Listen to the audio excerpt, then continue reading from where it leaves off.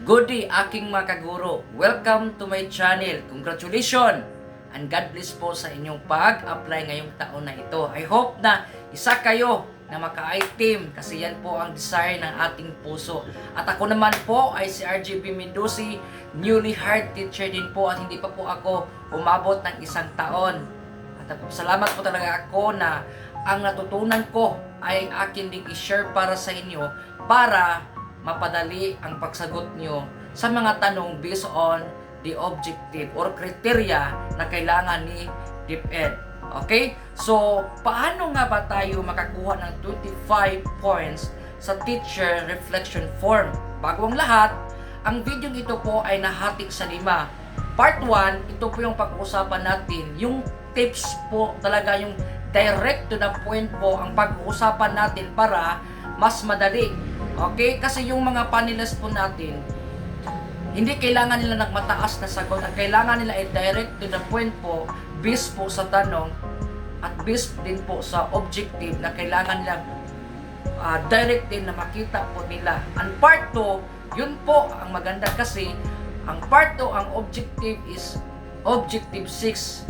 Okay? So, gagawa tayo ng mga possible questions at possible na answer pero direct to the point po siya. So, ang part 2 ay objective 6, part 3 objective 7, part 4 objective 8, and part 5 objective 9. At yung next na part or last part ay mystery po. If in case na tayo po ay ma-mental block po, ano po ang ating gagawin pag ganun po ang mangyari. Okay, so back tayo sa part 1. Okay, yung tips o direct to the point po ang sagot natin para mas mapadali natin ang pagsagot.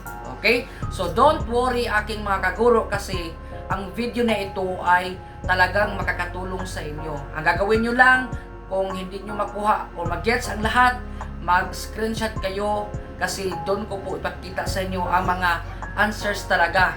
Kasi ang mga tanong na ito ay ginagamit na minsan o mga possible na ganito din ang nangyari kasi hindi tayo mawawala talaga sa context kasi hindi ganun lahat ang objective 6, 7, 8, 9 may iba-iba man yung mga tanong pero yung context nandun pa rin kaya pag will mastered natin yung ano po yung mga sagot natin o pag memorize natin or pag familiarize natin ay nako malalaki talagang points na makukuha natin through this video. Okay? So, again, paano magkuha ng 25 points sa teacher reflection form? Yan ang pag-usapan natin sa part 1 na ito. Tips number 1. Answer the right or answer the exact question. Dito, dapat basahing mabuti ang prompt. Iwasan ang generic answers na pwede na kahit anong senaryo.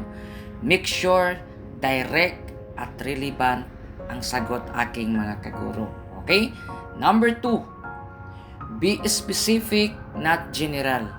So instead of saying, I motivate my learners, this is how you do. Explain how you actually do it in the classroom. Evaluators look for a concrete teaching actions. Yan po ang kailangan nilang makita doon po sa ating mga sagot aking mga kaguro. Number 3, show learner-centered practices. Ano ibig sabihin nito? Ang gagawin mo dito ay banggitin kung paano mo ini-involve ang learners. Ina-address ang differences nila at sinusupport ang participation. Yun po. Tips number 4, use clear and simple language. Hindi kailangan ng flowery English. Okay? Mas mahalaga ang clarity at organization. Tips number 5. Structure your answer logically. So, what does it mean? It speaks about a good TRF or teacher reflection form. Answers usually shows like situation, next is action, and then it must have a result base. Okay? So, para madaling sundan ng ating mga evaluator. Number 6, study well-written sample answers. Ito yung isa sa pinakamahalaga na step or tips na gagawin natin aking mga kaguro. A well-written sample answers. Kailangan itong ma-memorize, ma-practice talaga kasi isa ito sa pinaka-helpful na ginagawa ng successful applicants. Okay? Kasi ito din ang ginagawa ko nung dati. Lagi ako nagpa-practice because when you study samples, you see how answers are structured. You see what level of detail is expected. And lastly, speaks about how responses align with TRF objectives and evaluations rubrics. Okay? So, hindi tayo basta-basta lang gagawa ng kahit anong mga structure.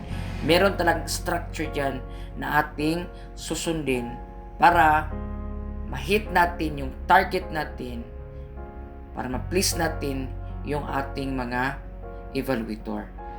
Diyan po lalabas si part 2. Okay? Part 3, part 4, and part 5.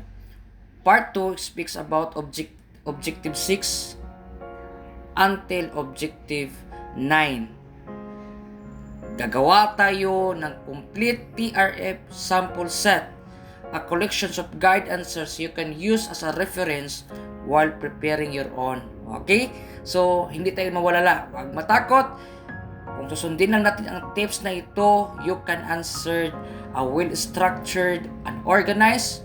You can see what level of detail is expected and how you respond that is aligned with our TRF objectives. Okay? Handa na ba kayo sa part 2, which is objective 6? Let's go to our next video.